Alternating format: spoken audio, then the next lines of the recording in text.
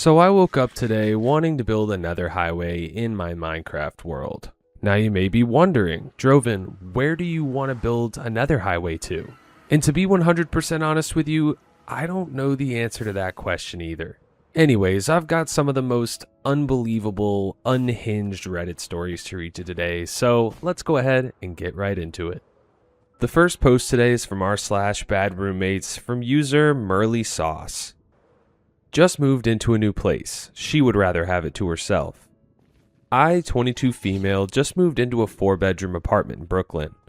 I found this place on June Homes, and I'm here for a little over 3 months. Upon my arrival to this apartment, my roommate, Samantha, 27 female, looked absolutely shocked to see me walk in. I politely tell her that I'm one of her new roommates. "Oh, did they not tell you? They give me the option to approve or deny roommates, and I sent them an email saying I didn't want to live with you." Okay, strange first interaction with someone. I then told her that they had already taken my money, and therefore I will be living there. All is okay, and I don't see her until the following day. I was moving the rest of my stuff in, and we were discussing our habits. She likes to have her own things, and I told her that was absolutely fine. I had my own plates and cookware, as I have a food allergy.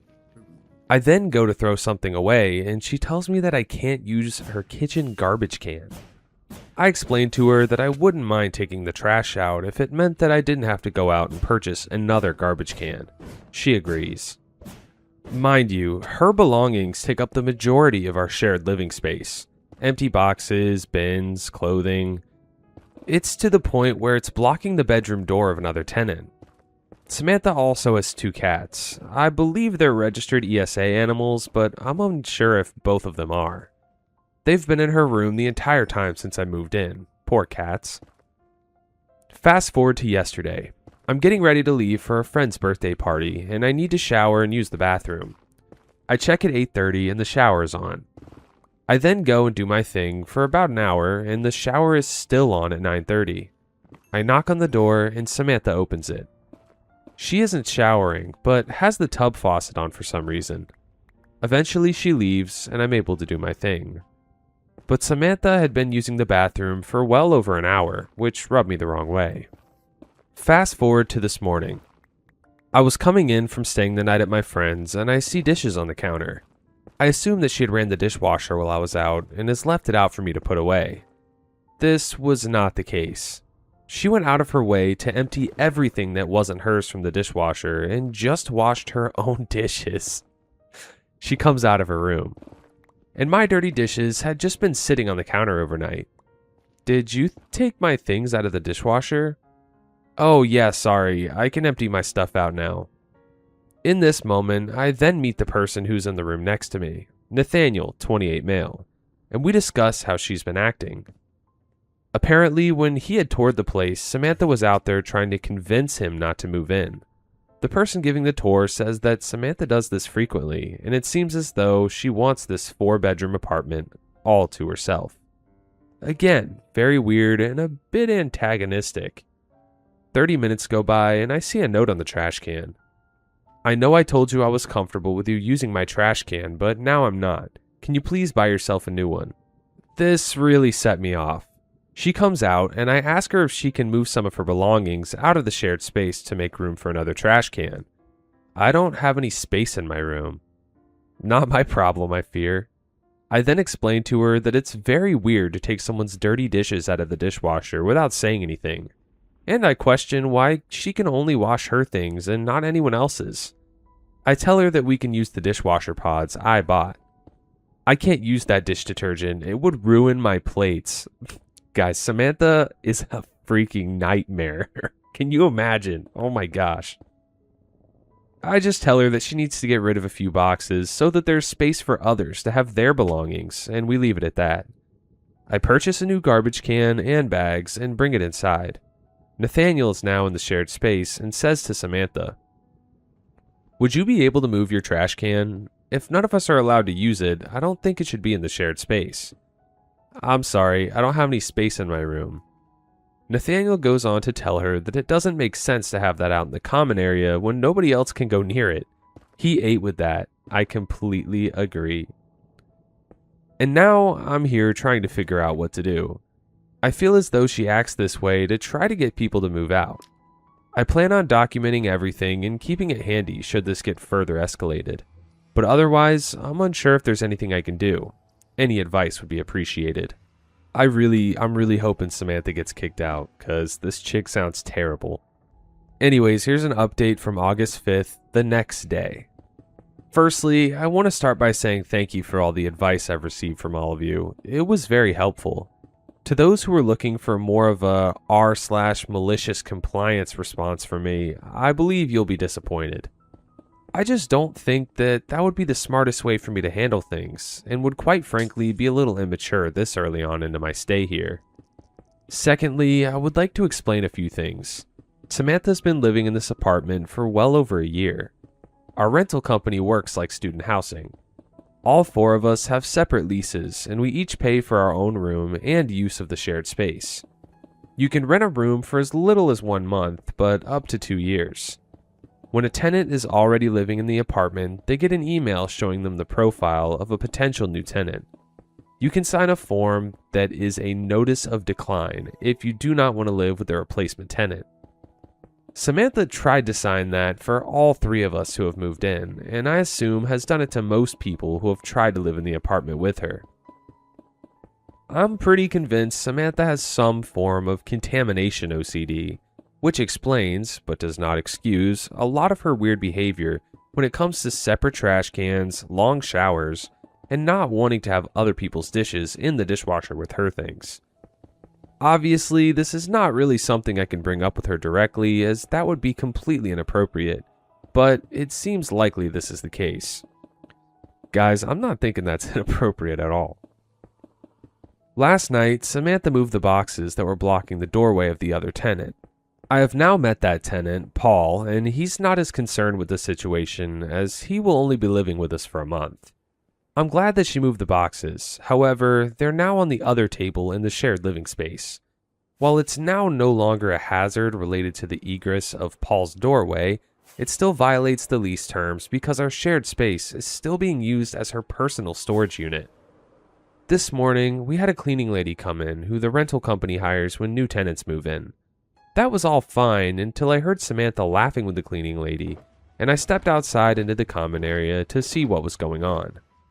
As soon as I walk out, Samantha asked the cleaning lady if they can talk about something outside, LOL. I would only assume she was complaining about us. As for the report I made to our rental company, I have yet to hear back. Supposedly, they'll be calling Samantha today and telling her to remove her belongings from the living room, and if nothing changes in a few days, they'll further escalate it. Nathaniel has now also made a report that also documents the antagonistic behavior Samantha displayed when he was taking a tour of the apartment alongside the issue of her belongings. He hasn't heard anything back yet. Overall, while I can empathize with the potential of her struggling with contamination OCD, her behavior towards us has been extremely rude and uncalled for. I'm hoping that pressure from the rental company can force her into getting a storage unit or throwing away some of the empty boxes in the living room. I don't know if there's really much else the rental company can do in regards to her behavior towards new tenants, but we'll see. Again, if anything else happens in the next day, I'll keep you all posted. Here is the next update, which is 2 days after the first update. Hi guys, it's been a few days since my last update, and there is some news to share, albeit not much. For starters, Samantha has relocated some of her belongings. Yet again, Samantha is just moving them to other parts of the shared living space, still leaving the 3 of us with little to no room in the common area. I've included before and after photos. Additionally, I've been photographing everything I can to make sure no stone is left unturned. I noticed that her cats had likely scratched up the side of the couch before they were banished to live in the bedroom all day. Again, just taking notes of things that could be used against me later on. Samantha and I have not really interacted in the last few days. Samantha's been in her room pretty much all day. When she isn't, she's usually scrubbing the shit out of her belongings. She has yet to use the dishwasher since the initial incident. I've been using it almost daily, or when I have enough to justify a cycle. She is really adamant on not washing her dishes with other people's. We had a brief run-in yesterday where I was putting a storage container under the sink for my chemicals, and she insisted that she move her sponge and soap, that were also under the sink, herself. I truly believe this has to do with some fear of contamination. I also saw Samantha disinfecting her bottle of olive oil this morning. She really doesn't want us anywhere near her things. This would be fine if her belongings didn't take up the majority of the living room. At some point, you just can't avoid things. Lastly, and most importantly, both me and Nathaniel have gotten responses from the rental company. You can see that Nathaniel went in a slightly different direction with the complaint, which is totally valid. I was more focused on her breaking the literal terms of the lease, as I felt like that could get us further or more direct action than including the anecdotal evidence, which is still important to the issue, don't get me wrong. I'm hopeful that this weekend some of her stuff can be moved into a storage unit or dealt with appropriately. I'm unsure if they have contacted Samantha directly yet, but I would assume based on their response that this will be happening sometime today. Beyond our initial interactions, Samantha has mainly kept to herself. Of course, it is extremely selfish to dominate the shared spaces and try to scare people off living with you, but beyond those first few days, she has mostly been quiet. I hope to have a final update this weekend. Thank you all for your help and advice. Listen, I don't know if this shared space or this type of housing is like super affordable or something, but like Samantha needs to get her own apartment. Cause if it gets to the point where you're disinfecting your olive oil, I mean, come on. Okay, here's another update that's 4 days later. Unfortunately, this update brings little good news. In fact, I'm now so annoyed and at my wit's end that I'll be escalating and complaining until I get my way. Let's start with this weekend, shall we? I stopped by my storage unit to grab a few things. One of those things being my PC. I'm starting a remote position and need it for work. There's simply no room for me to bring my desk, so I decide that I'll be moving one of her boxes to make room for my monitor, keyboard, and mouse. And I just did that. I was able to get my work done yesterday night, and all was well. Later that night, I'm out in the common room and Samantha approaches me. Would you be able to move your computer? I use those bins for cooking. I would, but there's literally no room for me to fit a desk in here. Do you want me to move my things? I simply do not understand how someone has this much and insists that they need to use all of it. I moved my things and she pushed her table all of 6 inches. Some of you might say that I should have kept it there and stood my ground. I get that, and my plan is to just move the box when I need it and put it back when I'm done working, because I found out something this morning that has truly set me off. Today, Nathaniel and I received another update from the rental company. It said something along the lines of, "We know Samantha has been breaking the lease and has been antagonistic towards you guys, but she's moving out in 2 weeks, so we actually solved the problem," smiley face. Actually, no problem was resolved. In fact, it was made worse. This enraged me more than anything Samantha has ever done. June Holmes basically told us to go screw ourselves and pay the full price of rent. LOL, not on my watch. Immediately upon receiving this message, I called their support line and I'm connected with a man who can essentially guarantee nothing. I explained to him that I don't understand how they're expecting me to just let this slide when she's literally breaking the lease by having her things in the room.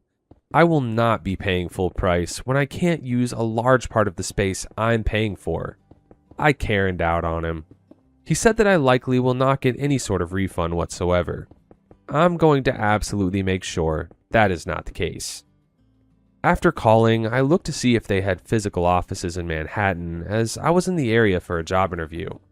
I walked to 2 addresses that were listed for them, and it seemed that neither were correct. Quite frankly, it's a slap in the face to just let this slide without any sort of compensation. She's literally breaking a contract. I wonder if I can escalate this legally, because I'm unsure if they'll listen to me. I included a couple of screenshots of the lease that I think would be helpful in my case. Let me know if there are things that I should be looking for in the lease that would give me a better case. At this point, it's beyond Samantha, and I'm just now so annoyed with June Holmes. The man on the phone said they would resolve this later today, but we will see. Putting this out there, and maybe one person will see it, but I found out this evening that she isn't being evicted. The date they provided is just the natural end of her lease with the rental company, which is fine, and I'm glad it's ending. We as tenants don't have access to see how long someone will be renting a room, which is why Nathaniel and I didn't know until they told us today. Nathaniel had asked Samantha about it, and she said that it was 8:31. But I did not want to get her kicked out, and I'm being told just to wait it out. It's not that I got what I wanted and am now asking for more. I was just frustrated that the rental company didn't do anything despite her breaking the lease. It's a solution, I won't deny that, but it's the one that I'm impatient for. September can't come soon enough. I'm not regretting how I handled anything. I think if a lot of you were in my situation, you would maybe understand why I made the choices I did. It's a lot different to hear about a situation on Reddit than to actually be living it. There's just more to consider. And if you were in my situation, you'd probably want some of your rent back too. Let's be so real. Or maybe I'm insane and it's completely off base to think that way. I don't know. Regardless, I appreciate all of the advice and allowing me to vent about this weird situation I'm living in. I don't foresee another update as it has naturally found a conclusion. So I'm a big advocate for picking and choosing your battles. And I completely see not wanting to pay the full rent because you didn't get to use the full apartment. But at the same time, is it worth the mental energy to go through all this stress? I would just be super happy that Demon Samantha's moving out. Here's an update 3 weeks later. Hey guys, it's been a few weeks since the last update and I have a lot to share. Sorry if this is very long. To get everyone up to speed, I have a roommate Samantha who was using the common area as a storage unit. Her belongings took up most of the space and made it nearly impossible to use my own things. She made us use separate garbage cans and wash our dishes separately. She even tried to deny us from moving in with her so she could keep the place to herself. My rental company, June Homes, told me they couldn't really do anything as she was scheduled to move out on the 31st. Today is the 2nd and she's still here, upside down smiley face. A few days after I made my last update, I had my very first full conversation with Samantha. I was putting on some makeup and getting ready to go out, and she was meal prepping in the kitchen. You know, you're one of the best female roommates I've ever had. Just know if I had water in my mouth, it would have been spit out immediately, because how the hell is that possible? Samantha then goes on to explain her previous roommate situations in this apartment and how crazy some of them were. She had to get a restraining order on some man who'd been living in Paul's room at some point in the last year. Apparently, the girl who lived in my room last had her mom come and threaten Samantha. She said she had a video to show me, and I politely declined. We'll circle back to this shortly, don't you worry. She said she appreciated me, Nathaniel, and Paul because we didn't touch her stuff maliciously. Samantha has had issues in the past, I guess, where people just moved all her stuff without asking her first. Overall, a very odd conversation. Gave me some info that explained a little of why she is the way she is. Things up until yesterday were fine. Paul is officially moved out and we now have a vacancy. What confused me though is that Samantha never moved out. All of her stuff is still here and there was no indication of her packing her belongings. Yesterday morning, June Holmes sent a rep over to do a move-out check on both Paul and Samantha's room. They knocked on her door, but she never opened it. I saw the man as he was leaving, and he didn't say anything about Samantha. I start my day as usual. I make my breakfast and set up my desk to do some remote work. About an hour into this, Samantha comes out of her room, and I say good morning, and I make the mistake of asking how she was doing. Nathaniel and I were up talking from 1 to 4 a.m., and I think he was flirting with me. I put it all into ChatGPT, and it told me how he absolutely was. This is where the whole saga takes a more uncomfortable turn, at least for me. Also, why do we need ChatGPT for that? Insane in my opinion. She then proceeds to tell me about their conversation. I'll spare most of the details, but it ended up with her explaining her spicy life to Nathaniel. Mind you, this may have been the first conversation these two have had with each other in the month that we've been living together. I tried explaining to Samantha that if you give a man an inch, he'll take a mile. You can't just start going into graphic detail about your life with a random man because he might take it as flirting. I know I would at least. She then tells me that he was tickling her stomach, and she touches me to explain. I was not a fan of that. She tells me that I can read what she put into ChatGPT. I oblige because I'm interested to see what her account of the events are. In this wall of text, my suspicions were confirmed. She does have contamination OCD, and I told her I noticed it as well. It also explains the graphic details of their conversation, hookup stories, her trying to prove she isn't as innocent as she looks, and Nathaniel taking that as her flirting with him. I know she did have to tell him to stop touching her at one point, but she also scratched Nathaniel to show him how sharp her nails are, for some reason. I'm just confused by the entire interaction. At this point, I'm just very weirded out by all this, because I thought we had gotten to a point of cohabiting this place somewhat nicely. I brought you up too. Oh, brother. I asked him what his type is, and he said he likes dark features, women that are smaller, and he prefers when they're skinnier. I thought he was describing me, so I asked him what he thought of you. Ew, ew, ew, ew. He said he thought you were pretty. Ew. I'm just trying to live here. I'm not looking for anyone's opinion on me, especially my looks. It's also a little insane to immediately think he was trying to describe you, but maybe that's just me. I went back to typing. She then admits to me that she did a good stalk of the both of us before we moved in. She knew my birthday and also looked up my political affiliation. You're a Democrat? Yeah. I'm a Republican. Okay. I'm a Trump supporter, but I like his policies, but not the way he goes about it. Okay. That's the nicest anyone has ever reacted to me saying that.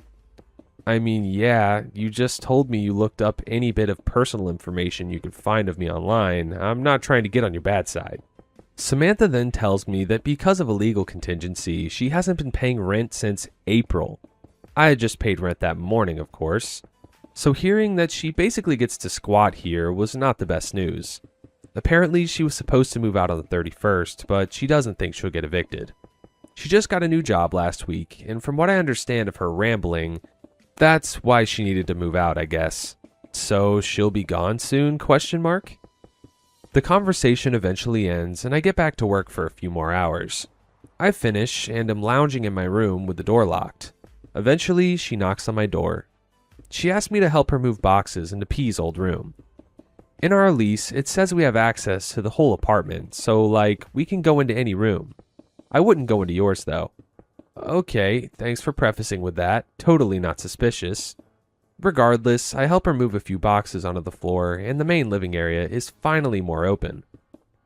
She then explains to me some of her roommate horror stories, like she had a few weeks ago, and she asked me if I want to watch the video of the person's mother coming and threatening her.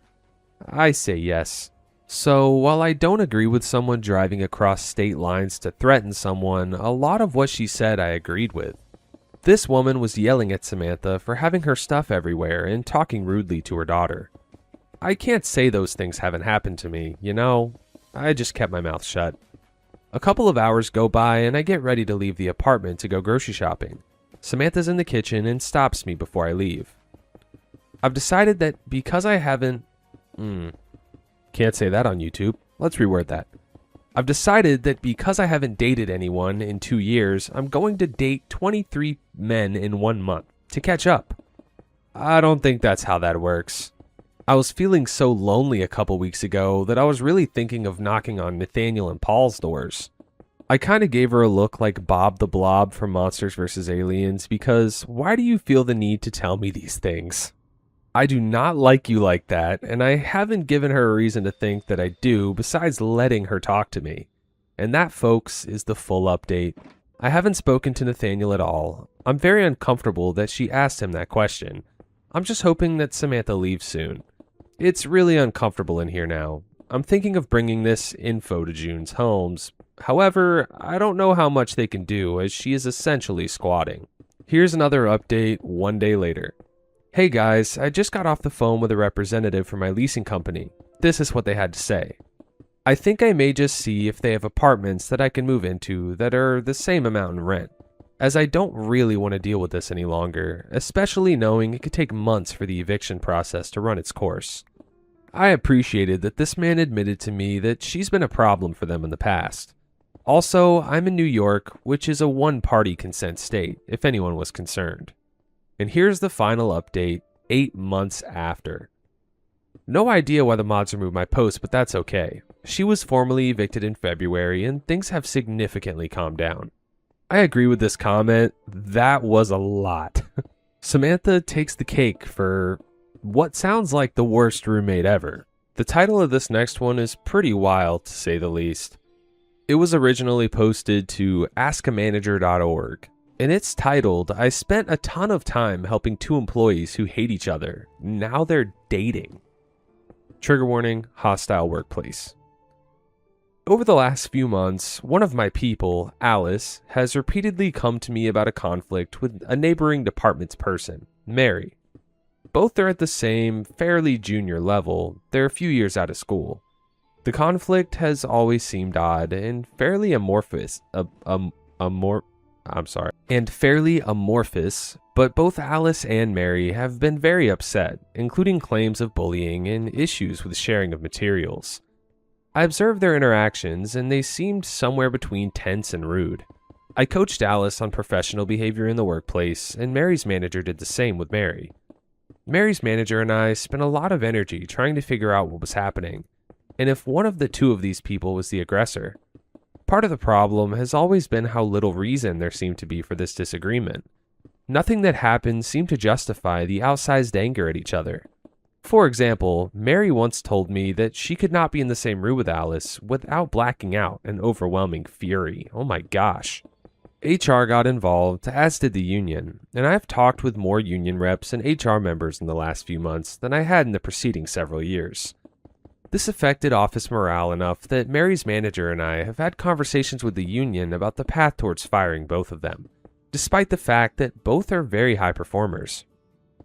This week, Alice came into my office and happily told me that it had been solved. She and Mary have made up and have begun dating. This comes after a long week last week of complaints about Mary's behavior and a further escalation up the ranks in HR. I'm furious. I don't consider myself a person who gets angry easily, but I'm there now. I coached these young women through a workplace conflict in good faith, and it turns out this was just some high school pigtail pulling. I genuinely trusted Alice, and, while keeping open eyes about her faults, have taken the point of view that it's my job to protect my people. I haven't said anything, and I don't know what I want to say. I certainly won't address it until I think this through with a level head. And maybe I should just be glad everything is over and let this go. Any advice? Honestly, I wouldn't be mad. The situation is in the past. Everybody's happy now. They're dating. Cool. Why be so mad? Anyways, here's an update from over 2 years later. Alice and Mary did break up, although I'm not exactly sure when. After the breakup, they weren't friendly, and in general they refused to speak to each other, but there hasn't been the same insanity as before. However, with this backdrop of extreme tension, other issues, maybe unsurprisingly, became more obvious.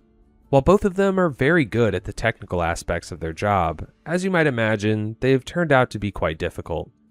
Both of them have had serious issues with being incredibly sensitive about credit apportionment, and both have become increasingly resistant to feedback. Alice has been gently encouraged to find a job in another field and left a few months ago. I've been shocked at how much easier everything is with her gone.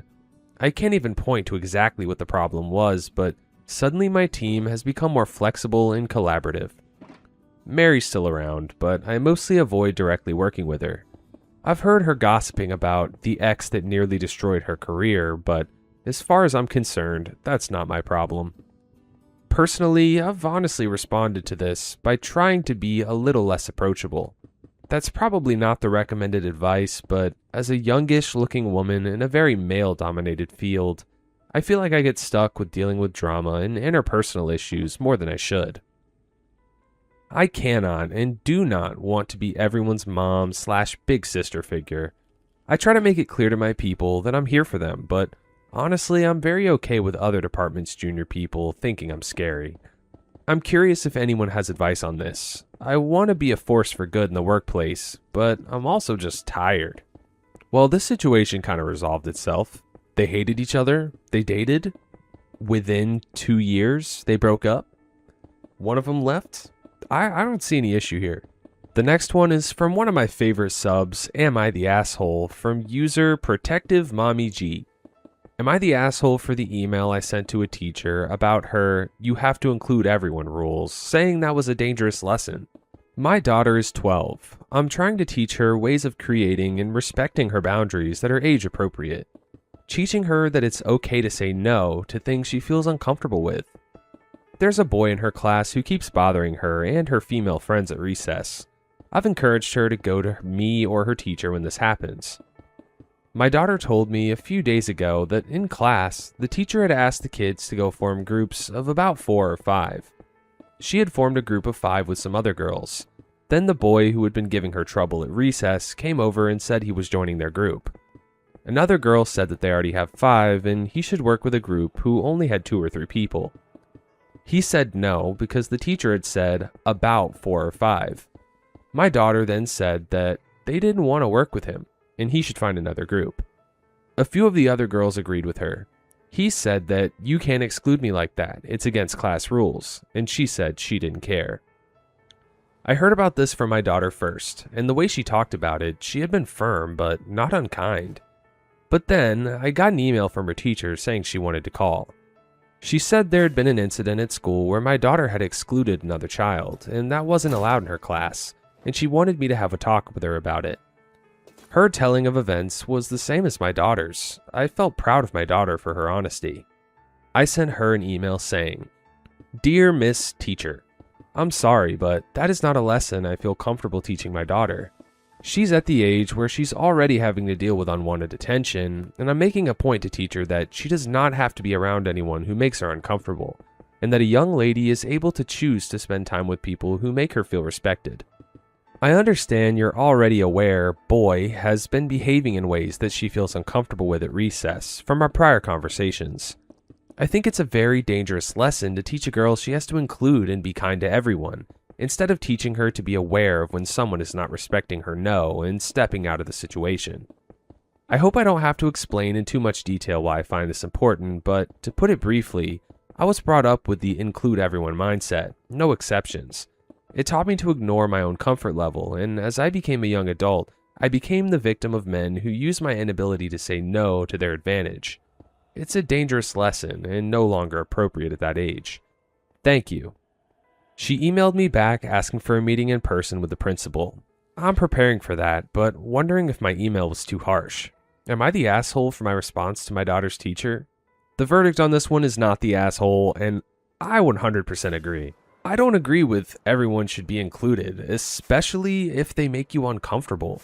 I've mentioned, probably in like 10 or 15 of my videos, that I'm a huge advocate for protecting your peace. If you have someone around you that makes you feel uncomfortable or disturbs that peace, get them from around you, because your peace and your peace of mind is the most important thing. Anyways, here's an update 2 days later.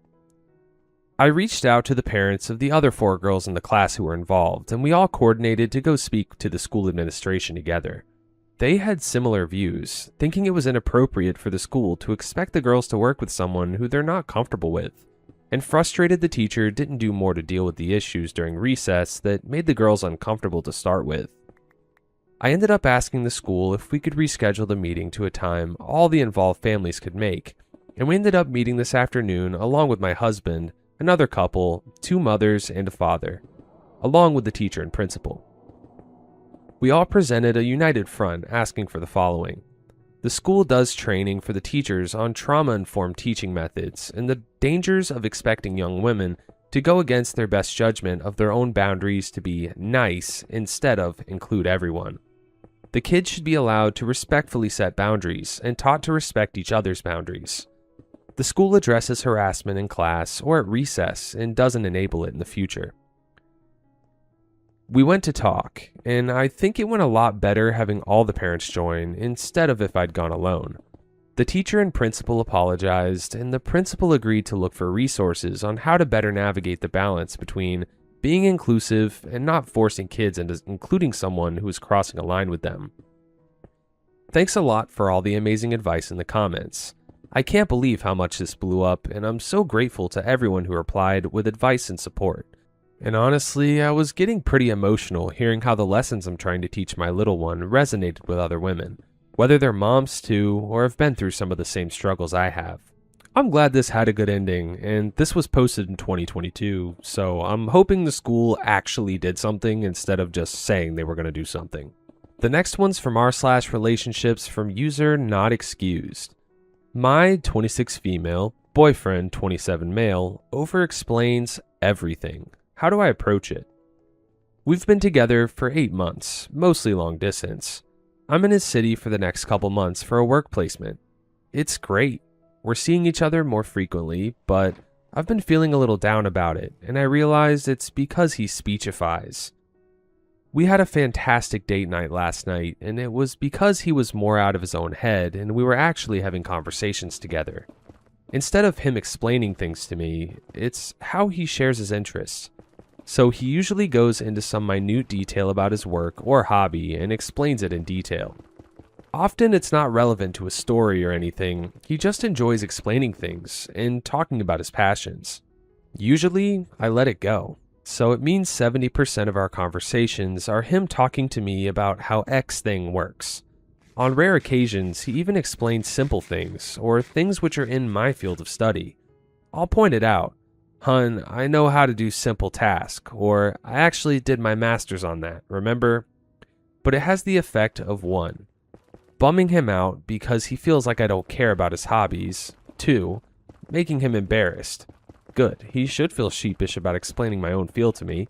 Or 3. He doesn't seem to register it and kind of keeps on. From what I can tell, it's how he interacts with everyone and how he fills the silence. I'm guessing it's from how his dad talks to him. Their conversations are basically just explaining things back and forth to each other, even though they both know it because their work is the same. He's a little awkward, lacks social awareness, and neurotic, but I know he's a great guy who cares a lot and is passionate about his interests. He's really sweet and his heart's in the right place. And there's hope because when he does get out of his own head, we have great mutual conversations. I'm also worried to introduce him to my parents because I'm almost certain he'll do the same thing to them instead of asking them what they do and otherwise making small talk.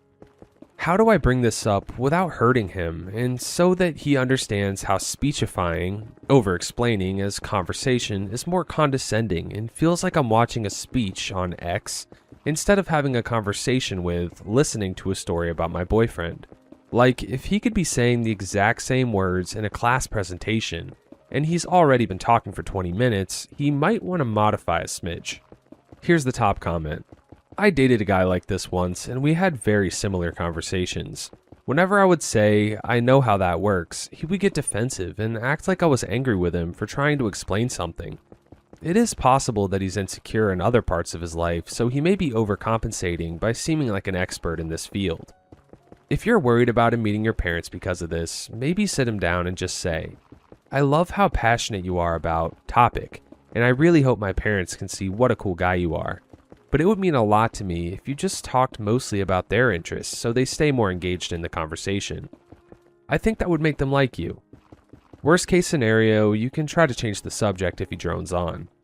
As a side note, this was the first thing my mom noticed about my ex, and the first thing she said after we broke up was, that guy really thought he was smarter than everyone, huh? So keep it in mind that your parents will definitely pick up on it. Anyways, here is an update 2 months later. There was quite a bit of traction on the question and many encouraging answers. For anyone in a similar situation, I figured an update might be helpful. We had a few conversations about how he spoke to me. One time, he started getting emotional and then turned it back on himself, how he can't explain himself well, instead of acknowledging how hurtful it was to me. I spent the hour after making him feel cared for and abandoning the goal of the conversation. The second time was much more productive, but nothing changed. There were other contributing factors. Upcoming long distance, difference of hobbies, he wasn't taking care of himself physically, he wouldn't brush his teeth. But ultimately, I broke up with him. It's been 3 weeks now. There was a lot of good in the relationship. He was kind, giving, an amazing adventure buddy, but I felt alone, anxious, and like he didn't know how to care about me, even though he was a good listener. I need someone who shows active interest. I cried the day of, but ever since, it feels like a weight has been lifted. I've chatted on some dating apps, and I'm now much more aware of people who just talk about themselves. And I'm having some good conversations, though I haven't met up with anyone yet. I'm hopeful for a partner who will be a little more similar to me in communication. Communication's gotta be one of the most important things in a relationship, and if you either don't feel heard or just there's no spark in the communication with you and your partner, it's an issue there. The next post today is from r/relationships from user discombobulatedowl81. My 27 female flatmate, 27 female, has told my boyfriend, male 31, she's in love with him. I moved into my flat in October of last year to take the place of a mutual friend of mine and my new flatmate. We have a generally great atmosphere in the flat, and both have similar expectations and habits, and while we're not friends yet, as in we wouldn't go out for brunch or be each other's plus ones for parties, we are very friendly. She seems super normal and level. When the lockdown began, March, my boyfriend, male 31 of 2 years, was living with his sister and his mother undergoing chemo, who lived alone. Needed somewhere to stay where she could be looked after, so she moved into his room and he came to stay with us. My flatmate was totally fine, and we had a proper chat about ground rules, etc. But ultimately, the flat is huge for 2 people, and she has a kind of granny flat set up in hers. Either way, she gave definite approval. Now, we 3 got on great, but never really spent a ton of time together.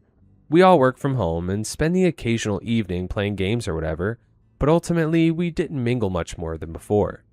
My boyfriend, however, cooks every night for the both of us, as a thank you.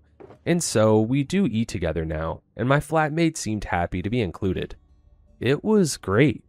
However, last week, my boyfriend took me aside and told me that while he was in the courtyard hanging out the washing, she ambushed him from behind and gave a huge speech about how she's in love with him. And while she respects he's with me, she has deep feelings for him, and that she's available if he were single. Oh, and please don't tell OP. She didn't try to kiss him, but tried to hold his hand. He was very anxious and flustered when he was telling me this. The flat atmosphere is very awkward now, but as far as she knows, he's not said a word. She's not said anything else to him, but he did mention that she had touched his arm a couple of times as she was walking past recently, and it's gotten under my skin. My boyfriend is also confused because he hasn't spent that much time with her apart from dinner, and never alone. I spoke to our mutual friend who was shocked and says she's never done anything like this before, and she'd never known my housemate to have a crush on anyone either. I've not seen her acting strangely in any other ways, and it hasn't outwardly affected how she treats me. We can't move right now because virus, money, etc. How do I deal with this? The fact that you can't move makes this kind of a frightening situation. If only the roommate would come out and say, I was joking, I was just messing with you. I feel like that's the only way that she could save this at this point. And keep in mind, this is like the heat of COVID lockdown. Anyways, let's continue. Here's a relevant comment. He told her he wasn't interested, and when she tried to grab his hand, he yanked it away and hot-footed it back inside. I've already spoken to him and questioned whether or not he told her he was going to tell me, and he didn't. I've already explained that frustrates me, but he's extremely anxious not to be around her. And here's the update 3 days later. Okay, firstly, thank you all for your advice. To the few who took it upon themselves to DM me to be inappropriate or creepy, WTF, read the room. It gets a little intense, so first, I'll just cover some things I wasn't able to put in my original post. I trust my boyfriend completely. Even if I didn't, this apartment is large, not massive. I know where that beloved man is 24/7. A lot of you asked when, after my housemate's confession, he told me about it. He told me a couple hours afterwards. He explained to me, after we had a chat about it, that he was afraid I wouldn't believe him or be angry, because at first he thought it was a weird joke that made him uncomfortable, and he felt, rightly so, weirded out. I agree with the bulk of you that her continued touching is harassment, and while a number suggested he just confront her himself, I empathize with being in a situation without breathing room, where someone is harassing you. It's not easy, and you can quickly find yourself unsure if those brief moments of crossing a line happened. He's not on our lease, and understandably, he was concerned about me and the power dynamic in the house. Because her room is a mini granny flat, she pays the bigger share. I also don't believe that it was, as some suggested, a hypomanic episode. I have BP2, and while I understand the love rush, she exhibited zero other behaviors, and never tried to contact my BF outside of the weird touching. I also can appreciate there's no way she was actually in love. So, yesterday, after a tense few days of trying to avoid her, my BF and I were in the kitchen at breakfast, with her around in the living area. I went to our bathroom, she has an ensuite, which is just off the main area, to brush my teeth. I walked back out to grab my phone as she was sliding between my boyfriend, who was looking in the fridge, and caught her running a hand and forearm across his lower back where his t-shirt had ridden up a little. My boyfriend, who didn't see me, yelped really loudly and just lost it. He yelled at her to stop, and when they both saw me, he starts going, You see? This is what I was talking about." I was furious, just whole body anger, and I could see she had now realized he had told me about her confession behavior, and just sprinted to her room and slammed the door. My BF and I went out for a walk to calm down, and he kept apologizing for not being more firm, but he was shaken up. Some of you told me I should just confront her head on, which in the moment I 100% sided with. I was so angry for him. He told me he'd rather give her the opportunity to do it diplomatically. I appreciated what you guys said about lockdown being extenuating, and in discussion with our mutual friend, I was willing to believe that an element of it was naivety, and a bit of fantasy gone too far. I was willing to be kind with her. When we returned with a plan of action, we knocked on her door, but she didn't answer. We tried a couple of times, but she wouldn't come out, although she was seeing my WhatsApp messages. Come late afternoon, I was just over it, so I knocked and told her I was coming in. I sat down on her bed and told her gently but firmly it was inappropriate, making us uncomfortable. Told her she had to get the hell over it, and herself, if she intended to continue to live with us. Damn, that does not sound very nice, but I get the anger. She burst into tears and starts crying about how she's so sorry and what a bad person she is, and she can't believe the pressure of lockdown is getting to her. Whatever, and I felt bad. Started sympathizing, trying to be compassionate, and then she says, it's just so unfair that the guy I'm in love with has a really great girlfriend. Reader, I lost my shit. Unfair my ass. I told her she had a lot of growing up to do and perspective to learn, and that she owed the house an apology. She started to have a meltdown. A full, weeping, hiccuping, snotty meltdown. And then when I stood up to leave, I spotted in her clothes rack my freaking shirt. I took it and went back to my room. My housemate cried loudly with the door open until 7 p.m. For attention, maybe? When I cracked. I used our emergency contact sheet, called her mom, told her she had to come pick up my housemate. I've never met this woman who came rushing in like a superstar, but the look of annoyance and embarrassment on her face when she arrived and found her 27-year-old daughter having a tantrum told me this wasn't a new part of her personality. My housemate also shut the frick up pretty quickly after she realized her mom was there. They didn't say anything to us, and we just hid in our room until they were gone. I think she'll be gone at least for a while, but I texted her to let her know it would be best if she texted me before she came back. I don't know when I'll see her. Technically, the lease ends in August, so my BF and I think we can make it work and find someone new. And if not, it's not so long till we can resign without her. As a coda to all this, my BF mentioned if she took a blouse, maybe she took other stuff too. I appreciate some of you may consider this an invasion of privacy, but I did go back in, just to check the clothes rack. I found a set of my jeans, my t-shirt, one of my boyfriend's work shirts, a vinyl I owned, my charm bracelet from when I was a kid from inside my jewelry box, and a sheet of my old antidepressants. This was just what was on the rack on display. I imagine there's more in drawers. I don't know if this was the right thing to do, but I left them there for now because I don't want there to be any doubt she stole them. There's zero chance she's going to live here anymore. Honestly, I hope she does get help. I'm really angry and violated, as is my BF. but I can empathize with the havoc an uncontrolled mental health issue can wreak on your behavior.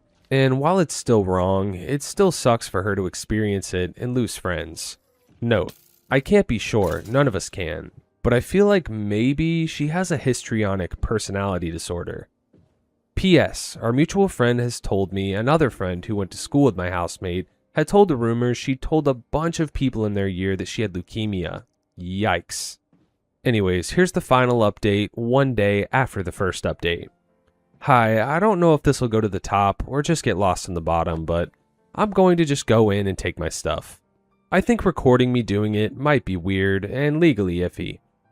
I'm also not really concerned that she could be violent or aggressive if she came back. I think the whole situation has been pretty humiliating for her. It kind of seems like it's about eliciting attention or sympathy. How much she felt was genuine and how much was manufactured and magnified to feed that need, I don't know. I still hope she's okay. I've definitely let my health issues push people away before, albeit never so dramatically, so I don't think I'll be calling her crazy. My boyfriend pointed out that I wore my jeans last week and that we'd all been listening to the vinyl in the living space a couple weeks ago. So I'm kind of interested to see if this was maybe an episode or an ongoing, but usually managed thing. I also only switched my medication at the end of April, but I have zero clue if the foil pack I found was my discarded last lot or taken before I changed. Anyway, thanks again for all the help and advice. Smiley face. And let's read some of these comments. That's a whole lot of yikes. I agree with this person, Lurky Turkey. I personally think you should go back in and get your stuff. You know she stole it. She knows. Unless you're pressing charges, it doesn't matter.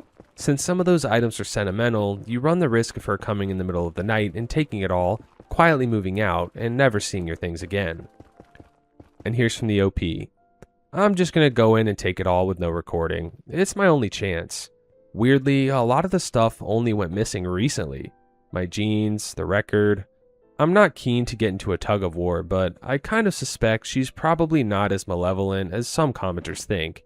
But I'm really only basing this on my own internal compass for the unhinged, which is usually correct. Yeah, so this is looking like some unmanaged mental issue that went way too far. Like with the vinyl and the jeans and stuff that was used recently going missing, that's just really sketchy. And if they were all work from home during quarantine, not able to leave their house, that had to be like the cherry on top. The next post is from r/relationships from user XenoGirl. My 15 female, aunt 33 female, didn't invite me to her wedding while inviting my brothers, 18 and 13 male, and other cousins. I'm just very upset now because my aunt's wedding is soon and I learned that I can't go to the wedding because she didn't invite me. I have a physical disability and I need crutches, but I can handle myself. The invitation to our family says my parents and my brothers. My dad talked to my aunt, and she thought that the venue isn't friendly and comfortable for me, and that's why she didn't invite me. If that's the only reason, isn't that something I should decide? Maybe I can handle myself in that venue. Maybe my brother and dad will help me if I need help. She excluded me because I have a disability. My parents told me that I need to understand that it's her wedding and she gets to decide who comes, and I can't be upset and I should respect her decision. If I were that parent, and my child wasn't invited to this wedding, I'm not going either. Anyways, let's continue. I told them that if she thinks I'm not good enough to be at her wedding, then I don't want to see her or talk to her again. But they tell me I should continue to be a good niece and respect her and be friendly with her. I don't understand why. Do I have a right to be upset and not wanting to talk to her again? Yeah, for sure. I wouldn't talk to her. I wouldn't advise anyone or any of you guys to ever talk to your aunt again if they did this to you. That's terrible. And the fact that your parents are like on your aunt's side, absolutely ridiculous. Here's an update 12 days later. I talked to my parents a little more and they decided to invite my aunt over so that her and I can have a face-to-face conversation. So that night came. It was supposed to be me, my aunt, and my parents, but I thought 3 against 1 is unfair, so I insisted that my older brother be there too. It was so awkward. At the beginning, everyone was silent until I asked her if she can explain why she didn't invite me, when she invited everyone else in our family. She repeated the same answer. that she thought it would be difficult and uncomfortable for me. I asked how, and she couldn't give an example. My brother told her that we checked with the venue and it's wheelchair accessible, which isn't even needed as I only need my crutches. But that shows even people with more severe disabilities are able to use that venue, and they've had weddings where the bride or groom have been in a wheelchair.